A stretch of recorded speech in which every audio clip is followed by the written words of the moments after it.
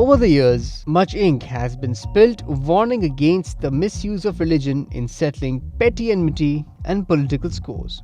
It is depressing to see that it has had little effect even on those who should conduct themselves with more restraint and maturity than the average citizen.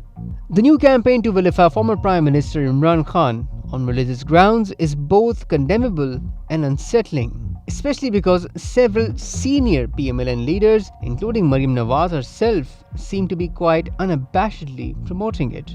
Party stalwart Mia Javed Latif's press conference on Wednesday, in which he attacked Mr. Khan on vague grounds, repeatedly denigrated a minority community, and seemed to willfully misrepresent offhand remarks made by the PTI chief during a recent event, made for arguably one of the worst displays of bigotry by a mainstream political party in years. This is not to say that Mr. Khan shares no blame. His frequent use of religion has forced his opponents to play their own ugly hand. He repeatedly invokes sacred beliefs to buttress his worthiness as a leader and paints his opponents as lesser Muslims for crimes they allegedly committed.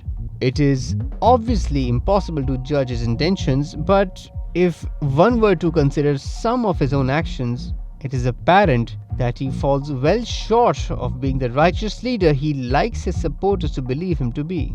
He is also rather lacking in wisdom, and his inability to clearly articulate what he has on his mind has led to him putting his foot in his mouth more times than one can count.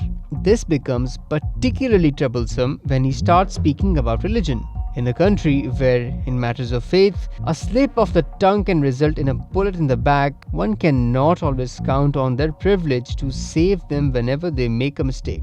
For all these flaws, however, targeting him by calling him a blasphemer is unconscionable and cannot be condoned.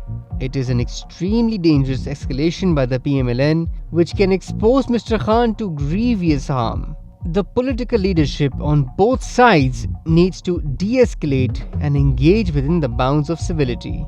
Using the religion card against a political opponent crosses a major red line and ought to be roundly condemned by anyone who wishes to see a progressive Pakistan freed from the shackles of intolerance and bigotry it has been caught in.